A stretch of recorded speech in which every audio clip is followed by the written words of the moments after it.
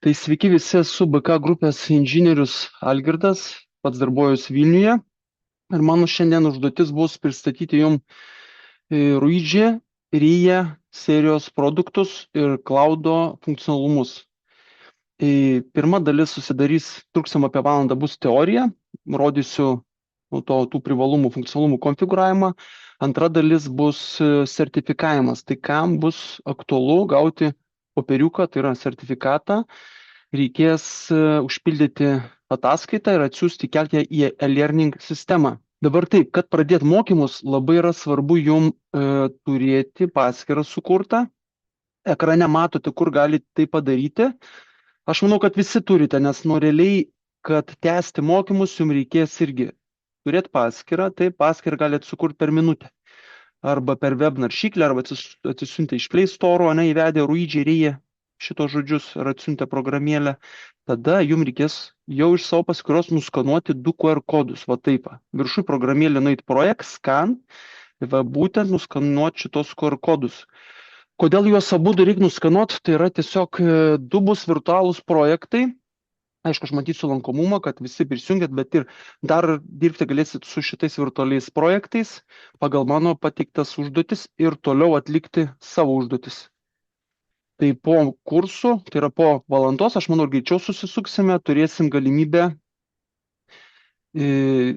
atlikti testus ir jums suteikti sertifikatus. Irgi bus svarbu antroji daly prisijungti prie e-learningo sistemos. Tai yra sistema skirta mokymam ir ten jūs įkelsit savo užduotis. Bus paleistas kursas, plius, aišku, ateičiai, jeigu dirbsit su šito produktu, sudominsis jūs, galėsite naudotis ir mokomąją medžiagą. Ten yra gausiai įvairios mokomosios medžiagos, kur gali jums praverst, dirbant su tinklais ir taip toliau. Kadangi esu pats inžinierius technikas, aš vadybinių dalykų jums nepasakosiu, bet esmė yra tokia, kad tas Ruidži brandas, taip, kas tai yra per produktas?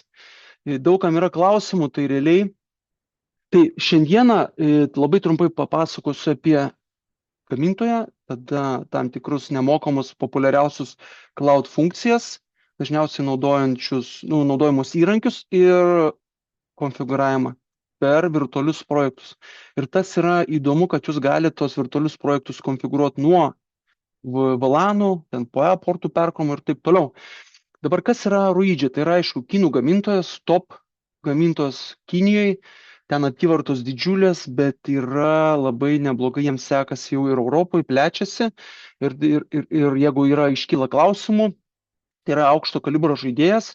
Jeigu įvesit ir į Google informaciją apie Ruidži produktus, paiešką, gausiai rasit informacijos nuo YouTube apžvalgų iki techninių dokumentacijų ir taip toliau. Tai informacijos yra pakankamai daug ir, aišku, visi serveriai yra Europoje, kas liečia mūsų tą cloud aplikaciją ir visas funkcionalumas ir taip toliau.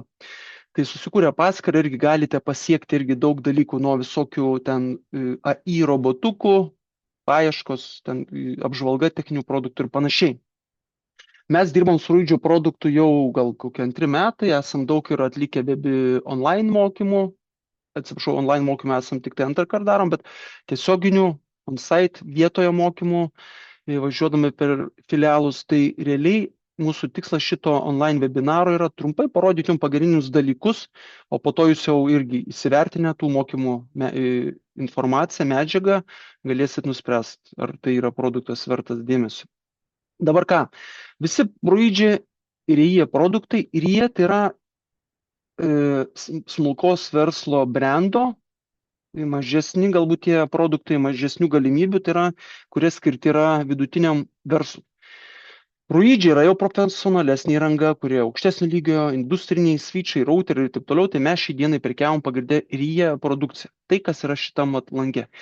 Apie tai nesiplėsiu, bus klausimų, kreipsitės į vadybininkus. Vadyba mūsų puikiai išmano produktus, jeigu jam kažkokie neaiškumai, kreipiasi į technikus ar į produktų vadybininkus ir parenkat valdomų cloudinių switchų, POE, tada ne POE, paprastų switchelių, access pointai 6, 7, Wi-Fi'us, tai puikiai tikrai parduodam 6 Wi-Fi'us access pointus, lauko bridžai, ką po to parodysiu irgi stotelės, ir lauko access pointai galingi nuo tokių didelių bliūdų iki mažesnių stotelių, kurio aprėpiamumas yra tikrai didžiulis.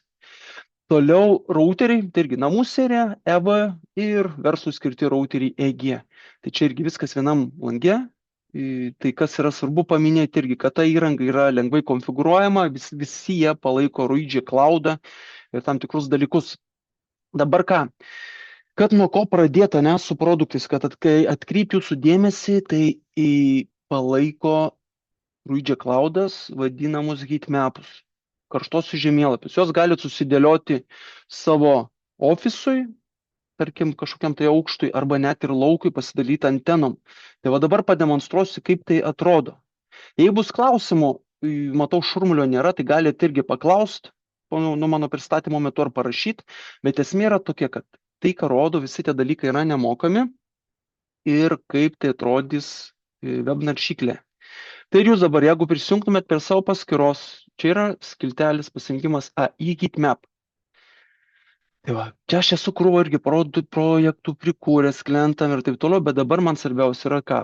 Pasirinkau AI Heatmapą ir padarau BK Vilnius. Darysim heatmapą, tai yra access pointų išdėstymo žemėlapį mūsų BK Vilnius ofisui.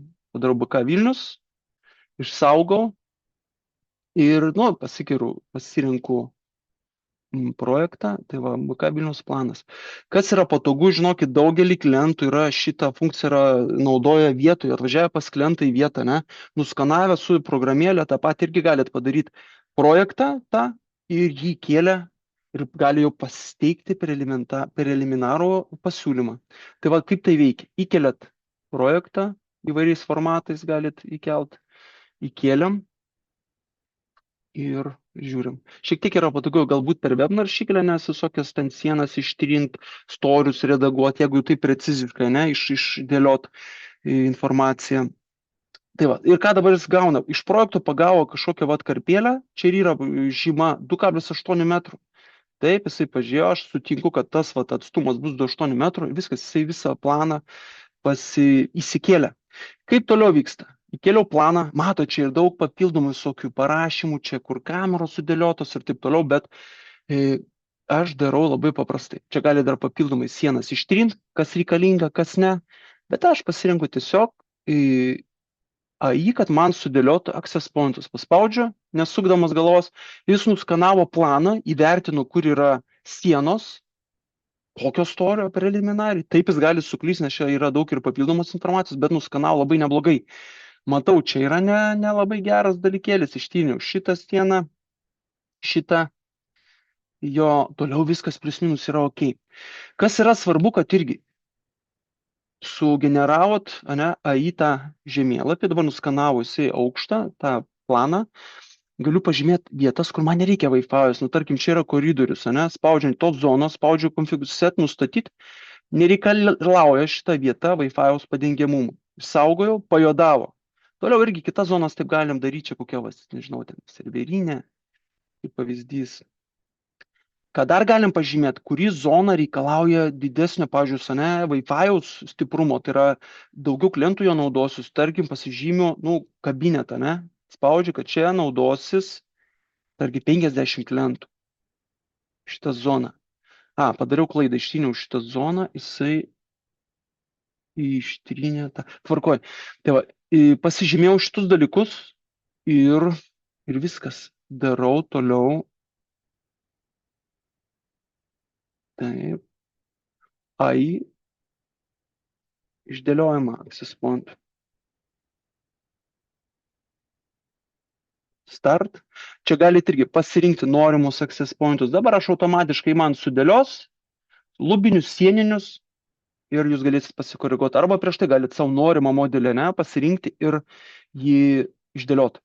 Ir ką mes turim? Turim vaizdelį labai neblogą, kadangi čia nėra sienos. Taip.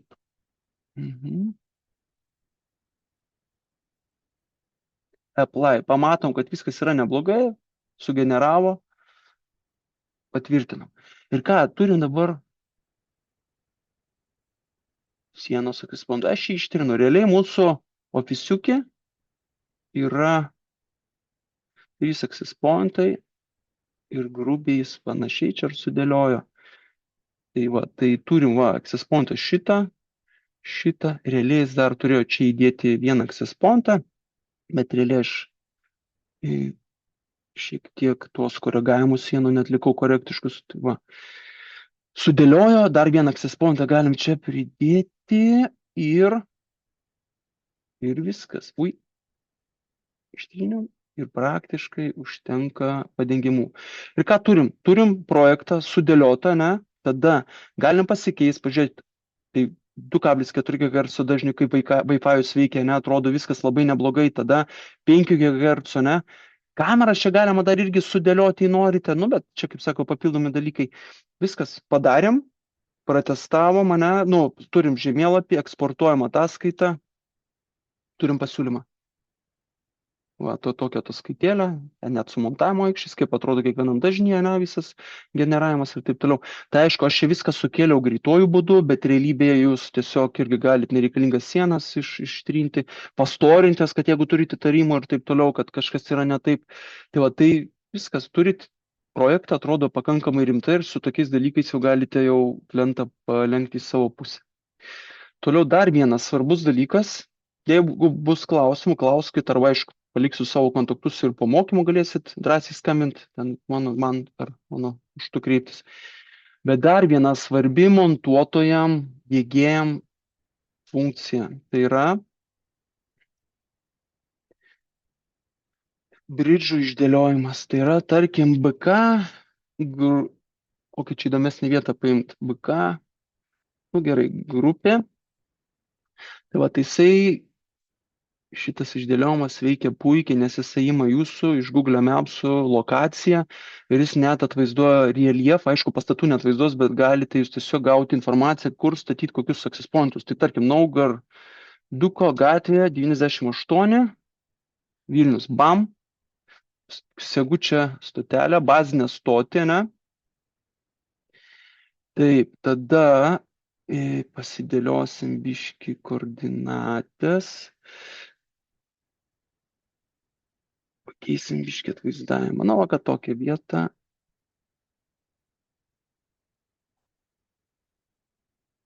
Ne, visgi palieku taip. Tai va, čia mūsų ofisas, aš va šitoje vietoje kažkur tai grubiai sėdžiu, va čia mano kabinetukas. Ir tarkim, aš noriu pasidaryti antenas, o ne tiltą oro, taškas, kad būtų pat kameras pajungti, kaip pavyzdys. Tai dedu bazinę stotį, pirmas. Tada kitą tašką, kur noriu turėti Wi-Fi, gal noriu turėti ant kito pastato kamerą. Čia kažkoks pastatėlis, kurį toj nugriaušiu statyti verslo centrą.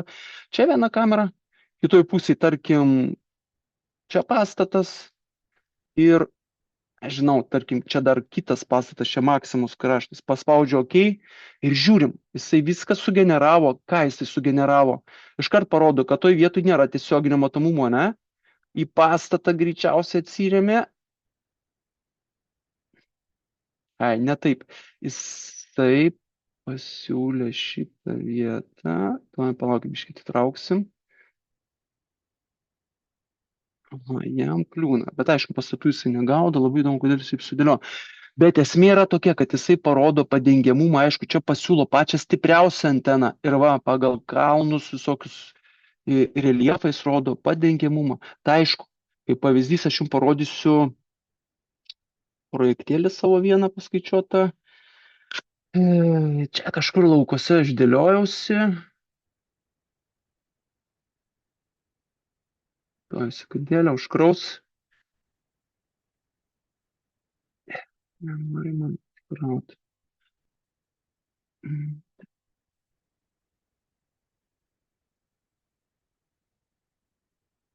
Iškrovė. Nu, tarkim, irgi kažkokį tašką, kad nori kiek siektų antena, ne? Vienas taškas, antras, tai irgi sudėlioja jum ką? Reljefą rodo, aukštį, ne? Kur montuoti turite bazinę stotį, kokiam aukštį. Jeigu ją aukščiau sumontuosit, galima pakelti, ne?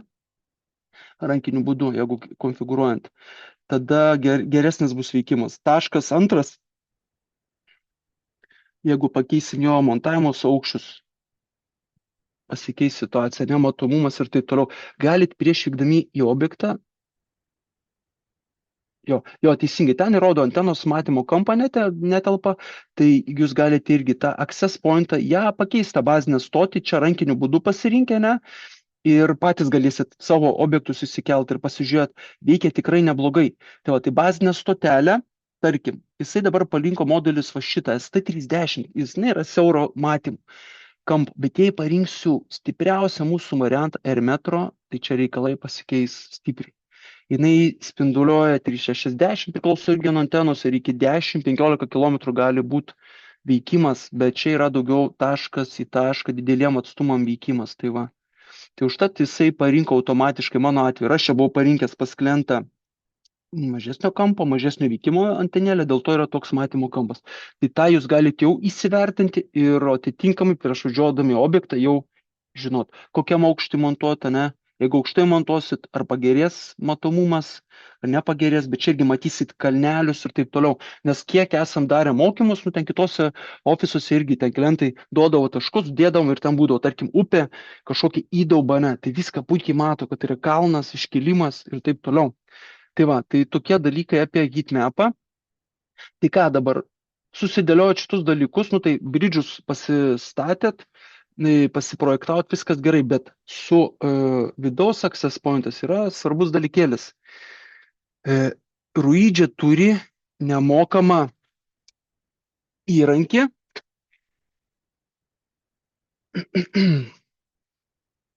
Jisai vadinasi e-roaming testas. Taip, nu tai va, čia pirmą irgi parodžiu, kad galite konfigūruoti.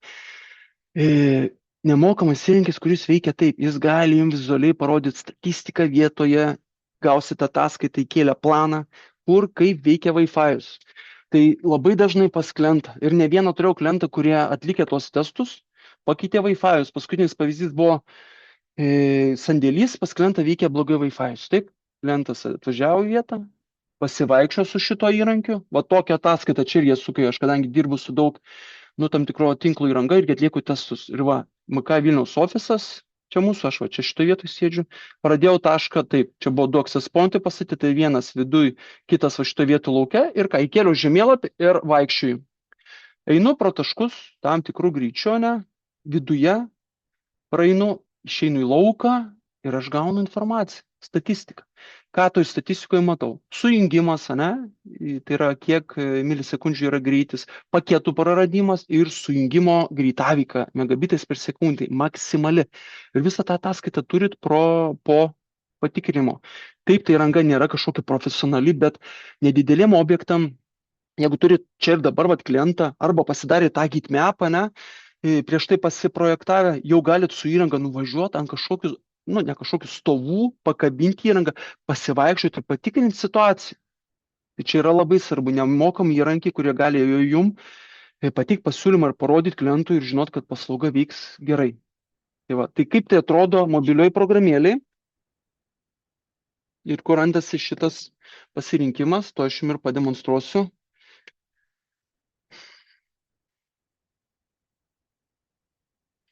Turėčiau praleisti šitą dalį, bet noriu parodyti, kadangi tas įrankis veikia tikrai labai neblogai. Galėsit ir patys pasibandyti namuose savo Wi-Fi pasitikrinti laukia, pasivaikščioti ir taip toliau. Tai tikrai geras įrankis. Tai aišku, galite stoti irgi su šitą vaizdo, kaip sako, su kamera, galite be kameros tiesiog statistikos rinkimą, gal tada mažiau apkrauna telefoną, ne? Nu, su Android telefonais, manau, yra geriau testuoti negu su jos operacinė sistema. Na, yra visokių niuansėlių. Tai va, kaip tai veikia? Paleidžiu Ruidžia aplikaciją. Prieš tai prisijungiu prie norimo Wi-Fi'aus. Tarkim, čia va dabar norėčiau testuoti kažkokį va, nu, tą workshop 6 ar kažkokį kliento Wi-Fi, ne, prie jo prisijungiau, įjungiau vietovių paslaugą,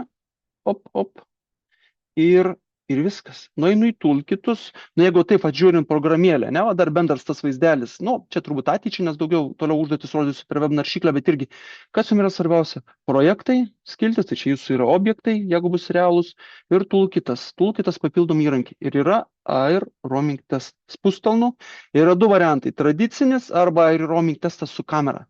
Tai pasileidžiu kamerą, pasižiūriu dar kartą, kad, nu, tikrai esu pasijungęs į workshopą, paleidžiu testą ir čia dar paprašo, ar su planu testuosiu, ar be plano.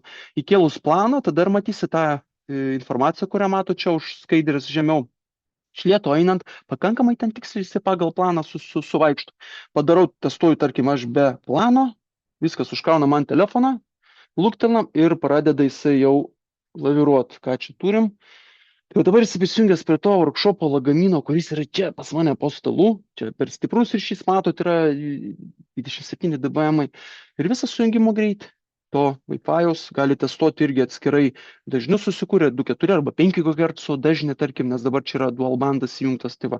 Tai taip ir veikia. Pradedu vaikščiot, čia atsiranda judesiukas ir tada gaunu ataskaitą, paspaudęs ataskaitą, padarau view report, pasidalinu ją į kompiuterį tą nuorodą ir turiu ataskaitą. Tai va tokie dalykėliai. Kol kas, aišku, aš čia vaikščiojimų jokių neatlikau. Ką, judam toliau. Tai vieni iš tų įrankių, kuriuos tikrai klientai mūsų naudoja nuolatos. Kitos funkcijos. Dabar labai svarbi dalis, šiaip jinai užtrunka ilgai parodyti klientam, bet svarbiausia jums žinot, kad visi tie sudėtingi procesai, kas čia papaišyta, ne?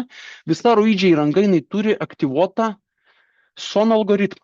Ką tai reiškia? Kad įranga, kurią sujungėte į tinklą Ruidžio RIA serijos, būtent RIA, jinai automatiškai atlieka tinklo skanavimą, tinklo duomenų sinchronizavimą, ten įrenginių ir rolių pasiskirsimą. Ką tai reiškia?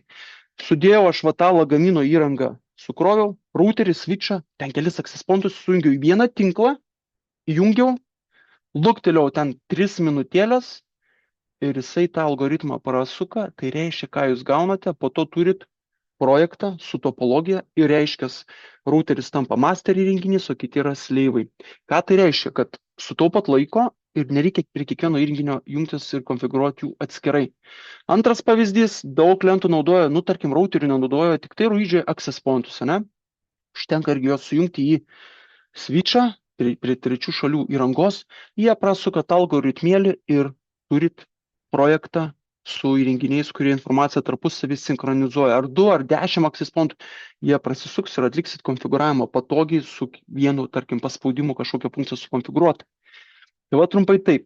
Ta, aišku, funkciją irgi galim išjungti, kad jie netliktų tų dalykų, bet čia yra jau detalesni dalykai.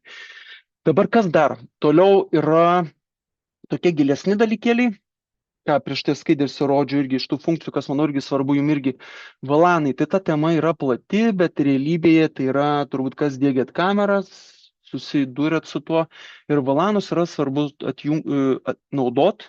VLANas yra virtualus LANas, ne? Tai ką tai reiškia? Naudodami VLANus jūs sutaupysit tinklo resursus, tai yra routeris bus, tai ten tinklo įranga mažiau apkrauta ir turėsit saugumą. Kaip pavyzdys, atskirsite, kad darbuotojų tinklas nepasiektų kamerų tinklo. Ar ten svečių tinklas nepasiektų darbuotojų tinklo. Tai va kaip tai konfigūruojasi per mūsų šitą platformą. Tai va matot, atsidarau savo projektą, jūs galite dabar irgi atsidaryti savo projektėlius, tos demo, nueiti į to įrenginio network wide platesnius nustatymus, network ir čia sukurti VLANus. Parodysiu, kaip tai atliekama. Taip. Parodysiu aš jums šiek tiek detaliau, bet savo gyvam projekte. Taip. Aš suprantu, galbūt daugumai iš jūsų tie VLANai atrodo čia sudėtinga, bet vat, yra taip. Tai yra mano tas lagaminėlis, kuris guli šalia manęs. Tai yra sukurtas darbuotojų tinklas, kamerų tinklas. Jūs tiesiog spaudžiat add, norit sukurti laidinį ar belaidį tinklą. Tai tarkim, aš pasirinku ten laidinį ir sukuriu, pavyzdžiui, svečių. Pasirinku VLANą jums, tarkim, 30, ne? Ir kai aš tą pasirinku, jisai iš automatiškai jums potinklį sukuria, paskaičiuoja tą maskę ir taip toliau. Jums nereikia nieko daugiau dalyti, tą segmentą. Ir DHCP poolas, kad DHCP adresams dalintų nuo pirmo iki to adreso. Čia viskas tvarkoja, sukūriau, kiek užtruko, labai nedaug. Tada spaudžiu. Čia nurodau tie darbuotojai, kurie turi pasiekti, atsiprašau, tie svečiai, kurios turi pasiekti per kurias fizinės jungtis tinklą. Tarkim, svečiai gali pasiekti tik pagal access pointo rozetkę. Pasirinku tą rozetę ir parenku portą vieną, ar mano yra vienas access pointas, kuris 4 turi lizdus.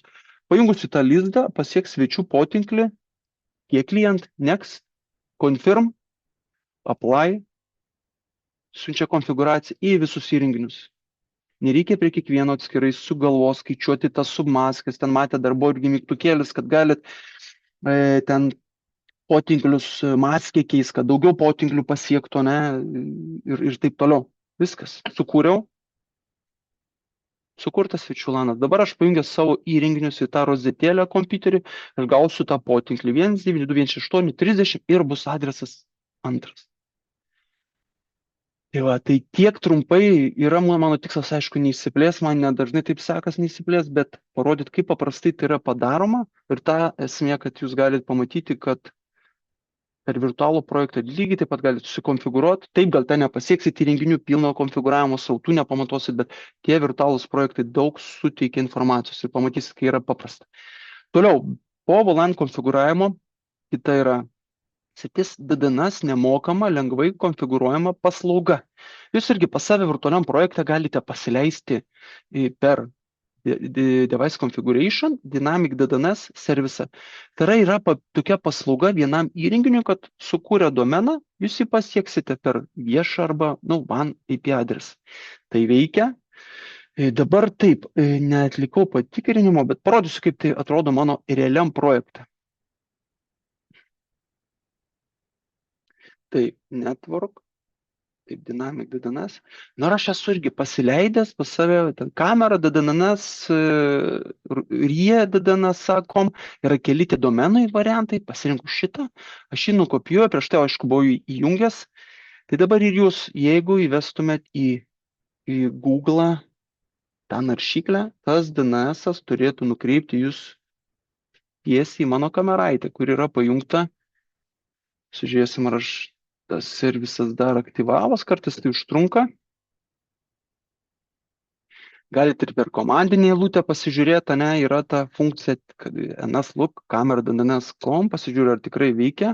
Adreso nemato, bet jisai pasiekė viešą mūsų adresą, kaip ir turėtų veikti. O, ir matome.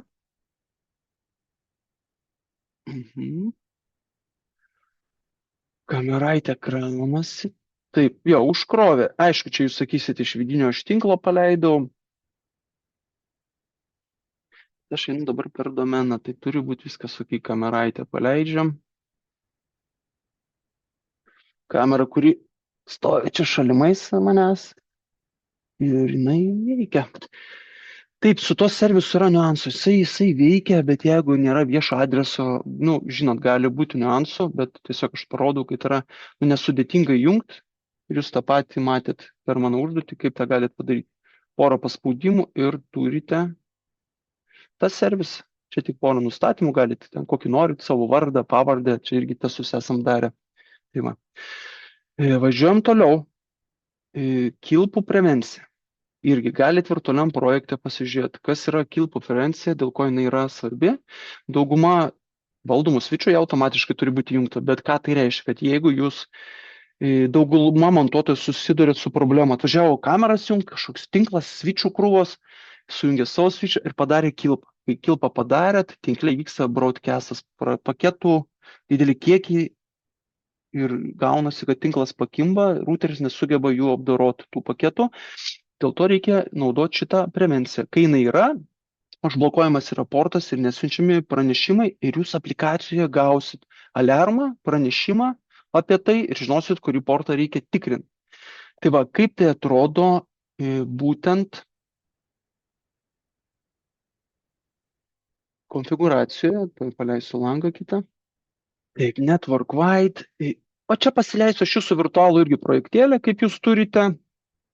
Nice and device configuration. Device configuration, optimization ir loop prevention. Kur čia tas optimizavimas? Taip, ir va. Ir čia jūs galite tiesiog optimizuoti tinklą, pasirinkdami svičius. Šitas, va, išjungta, įjungta, greituoju būdu įjungti jį, išjungti, padaryti deliver configuration ir nusiųsti tą konfiguraciją. Nes būna situacijų, kai tinkle turit įrenginius, kai yra išjungta ta loop preventionas. Jeigu pasižiūrėsime mano asmeninį projektėlį, Tai irgi, jeigu turit va topologiją, tai yra patogu. Ta workspace vadinama, na, jau sujungiu įrenginius, čia irgi tai truko, sakau, sukonfiguravimas 2 minutės. Pasirinkus switchą, EG yra G routeris, switchas, AP access point, tai spustelu ant jo. Ir matau tada įrenginio informaciją, srautai, portai, taip toliau, bet aš čia galiu nueiti į konfiguraciją, čia per cloudą. Čia iš išorės per išorę pasiektumėte įrenginių konfigūravimo, nereikia, tarkim, irgi tos dalykus vykti į vietą, kas yra patogu, dėl ko Rydži cloudas yra labai, irgi naudojamas, sakyčiau, plačiai ir vertinamas. Tai loop prevention ir viskas, jinai yra įjungta. Tas vadinamas apsauga automatiškai, bet būna situacijų kalbų, dėl kokių priežasčių yra išjungiama, galbūt ir panašiai. Tai va. Taip, tai kaip ir yra paminėta, visi tie valdomi komutatoriai palaiko tą kilpo aptikimą ir jis blokuoja portą, užkirsdamas kelią tinklo sutrikimams. Toliau, į NAT servisas, tai yra vadinamas NAT traversas. Va čia yra labai gera funkcija, tai yra montuotojams, kai jeigu norite pasiekti kameras be port forwardų, greituoju būdu. Tai jums tiesiog svarbu, aišku, kad tai būtų irgi Rydži įranga, tai yra routeris turi būti, nes jeigu be routerio su paprastais įrenginiais to nepadarysit, ką tai reiškia? Irgi pasileidžiat, tarkim, kolega nori pasiekti kamerą, ne? Tai jūs ką padarot? Nueinat į Device Configuration savo virtualiam projekte, paspaudžiat Device Configuration ir ten yra prie General bendrinio nustatymo NAT traversal funkcija. Spustelnat ją, įrenginėjai jau, jeigu kameros tinkle jau jas būna atpažinę, kad net ir Geekvision brandas, Vizo, kitų gamintojų, Dahua ir taip toliau, pasirenkat jį ir įjungiate tą traversal. Ir kai jūs įjungiat, kas įvyksta? Sukuria tokį kažkokį IP adresą ir portą, kuris pasiekia jūsų vidinį adresą. Ką tai reiškia? Mano pavyzdžiui, aš jums esu sukūręs šitą nurodėlę, su irgi kameraitė pakurta. Tai va, atsidarau savo realų projektą. NAT traversal. Čia yra jau padaryti mano rankiniu būdu tuneliai, bet aš darau kustomizuotą, variantą. Pasirinku klientus, kamerą. Galiu tokiu būdu sudėtinguoju aš ją pasirinkti, sukurti taisyklę. Yra paprastesnis būdas, einu į device'us, tai yra klientus, atsiprašau, ir čia rodo, va, mano klientas, darbinis kompiuteris prisijungęs, telefonas ir kamera.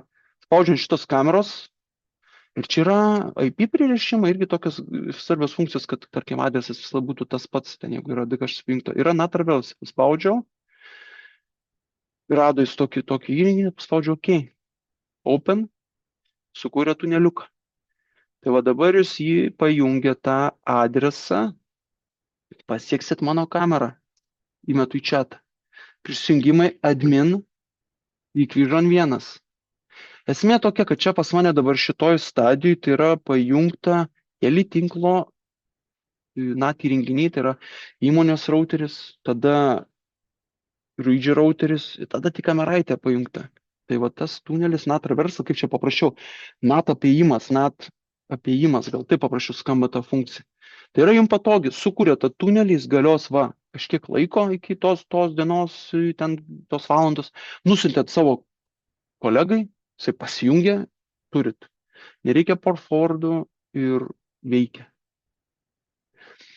Nereikia net viešo adreso, turėkite omeny, čia labai svarbi funkcija. Kad nereikia, tarkim, bus mobilus internetas, routeris pajungsit, jisai praeis pro viską. Judame toliau. Toliau, kas montuotam yra svarbu, tai irgi dabar, sakysit, tas funkcijas turi daugelis switchų, tai yra ilgo nuotolio veikimas. Tai yra, kai atstumą įjungite kamerai tą long distance transmission veikimą, atstumas padidėja iki 250 metrų, bet greitavika sumažėja iki 10 megabitų per sekundę. Kuo išskirtini visi Rydži valdomi switchai, kur kad galit parinkti valdymą šitą, ne per džemperiukus, kokius switchiukus, o kiekvienam portui individualiai. Tai va, tai nueinat į įrenginius, pasirinkat switchą, konfigūravimą ir pasirinkę portus, įjungiate jam norimą portą, kad jis vyktų tuo ilguoju atstumu. Tai va, tai mano atveju viskas atrodytų taip.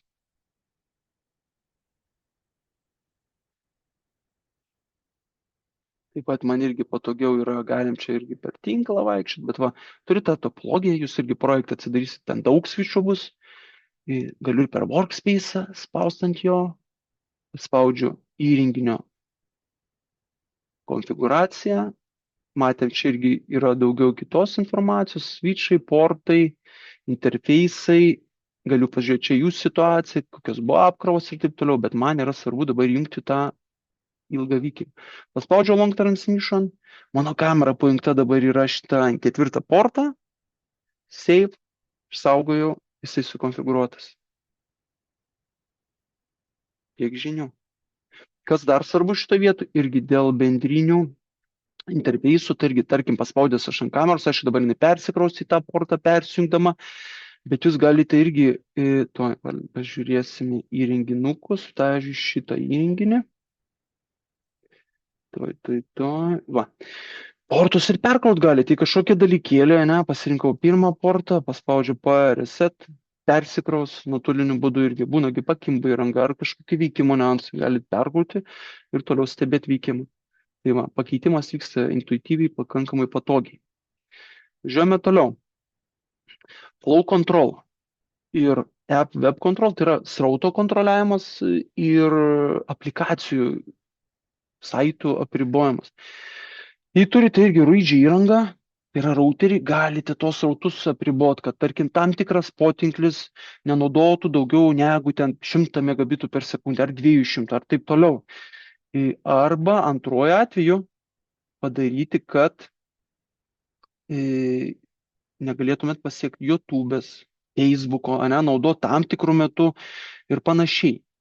Tai čia svarbios funkcijos, atrodo gal daugiau tokios jau į administravimą jau lindimas, bet ne, nieko panašaus. Tai yra labai patogu, paprasta padaryti per RUIDŽI aplikaciją, o viskas irgi atliekama per device configuration, atsiprašau, network wide ir flow app control. Tai va dabar, kad srautą konfigūruoti irgi per web naršyklę viskas yra patogu, jei pajungčiau šiom aplikaciją, viskas dar intuityviau, dar patogiau, nes aplikacija mobili pritaikyta patogesniam naudojimui. Padarau flow control, susikuriu vano aplinkos greitį, pakeičiu jį, išsaugau, viskas pradeda galioti taisyklės.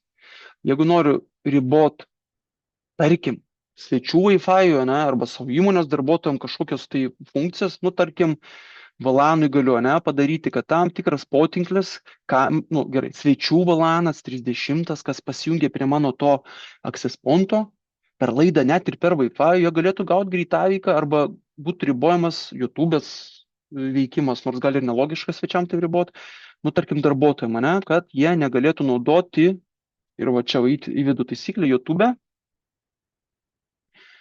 nurodau, kada veiktų tos taisyklės, savaitgaliais ar visą laiką, ar kustomizuotai, greituoju būdu, tada taisyklės pavadinimą naujo YouTube for, gerai, YouTube off darbuotojams visą laiką, viršiau, darbuotojų off darbuotojams. Pasirenku YouTube ir kas svarbu, kad jinai blokuoja YouTube ir aplikaciją, ir webą ir taip toliau. Išsaugau taisyklėlę. Luktelant ten būna minutė, 2 per cloudą, kol duomenis suvaikštų į routerį. Viskas, turime blokavimą YouTube veikimui darbuotojams. Ta galim padaryti ir kitiem potinkliam, ar access pointų grupėm ir panašiai. Artėjame prie teorijos pabaigos, perkrovimas. Teisingai, aš jums tą rodžiau, bet dar yra patogesnis tas valdymas, einant device configuration, switches, port settings nueinant. Tai aš pasirinksiu virtualų projektėlį. Taip, device configuration, switch port settings. Ir čia kas patogu, kad irgi gaunate visą informaciją, kadangi čia yra daug switchų, tai jūs galite jos irgi tos switchus valdyti individualiai, keisti jų parametrus, toliau perkrauti juos ir panašiai.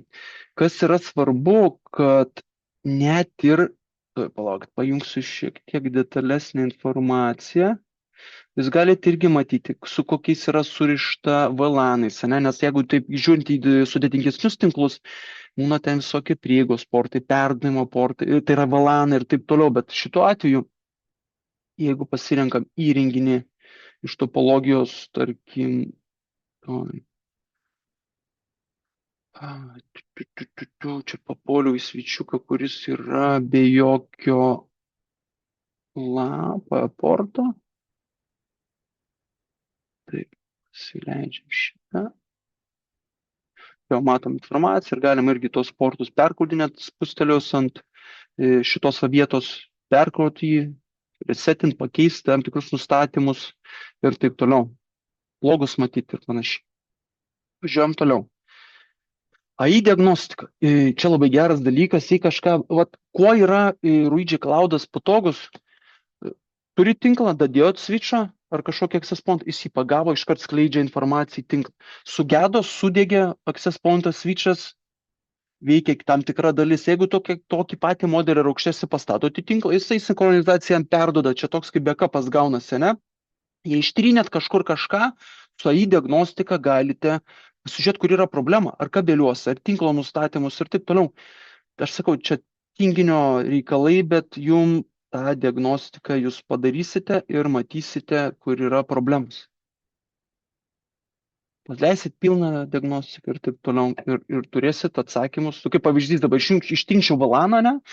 Ir tada ar kamera jinai turėtų tam tikrą IP adresą, jinai greičiausiai atsijungtų, būtų tam tikrų nesuderinamumų, paleisiu diagnostiką, jinai pasiūlytų pataisymus tam, bet kažkokiam sutrikimam.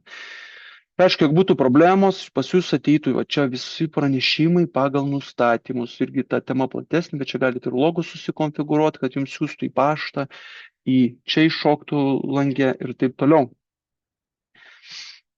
Ta pati galite ir su AI Wi-Fi optimizavimu. Kas dirbat su Wi-Fi'ais, tai irgi žino, tarkim, kaip mūsų atveju čia vat ofise yra verslo pastatas daugiaaukštis, čia yra daug įmonių, čia krūva Wi-Fi'ų, jeigu tą spektrą praskanavo, čia baisu kas daros, bet optimizavimas tam ir yra, kad įjungus šitą optimizavimo funkciją, jinai galėtų arba tuo metu atlikti optimizavimą, arba galėtų atlikti optimizavimą nustatytų laikų pagal schedulerį. Tarkim, nedarbo metu, ne, kad va čia uždėtumėt schedulerį, kad visada jinai atliktų tą nustatytą laiką po darbo valandų, galbūt į darbo pabaigą optimizavimą. Padarote, ateis tas laikas optimizuos. Tai reiškia pakeis access pointų veikimo kanalus, dažnius gali šiek tiek pakoreguoti ir taip toliau. Tai yra irgi labai patogi funkcija.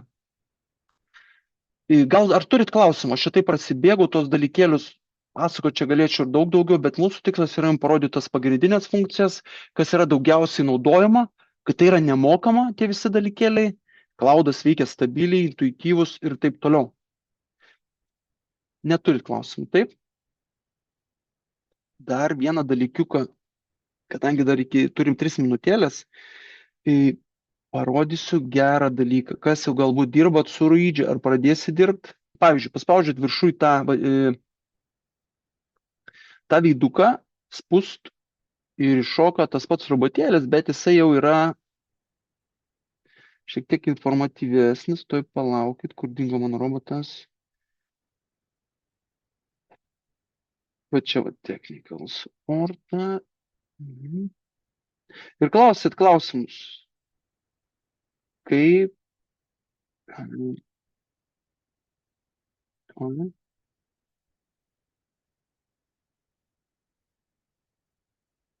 geriausia, aišku, angliškai klausit, bet, pavyzdžiui, how to configure rep 6262 mesh arba roaming, meshą. Kaip sujungti į meshą? Tos access pointus. Įsilaudžiam. Jis pagalvoja ir pateiksim daug atsakymų. Tokį gidą step by step, ką daryti. Ir pateikti galite ir instrukcijas, galite klausti apie produktą, jo, ar palaiko tą ar aną. Ir viskas, jisai surašo. Per webą va taip neveikia, kaip šiai dienai per apps. Ir gaunat rekomendacijas, kaip daryti, per kur ką paspaust, į kuriais ateis įveda net ir nuotrauką. Tas robotukas tobulėja ir aš manau, tai yra irgi papildomas įrankis, kurį galit naudoti. Va, kiek palaiko meshą, ne, access pointų tinkle vienam, nereikia papildomų jokių ten įrenginių kažkokiu tai kontrolė ir taip toliau. Tai va, tai tokie dalykai. Šitą turėjau parodyti, nes tikrai paskutiniu metu ir pats pradėjau naudoti ir pastebėjau, kad paieškos rezultatai yra labai labai neblogi.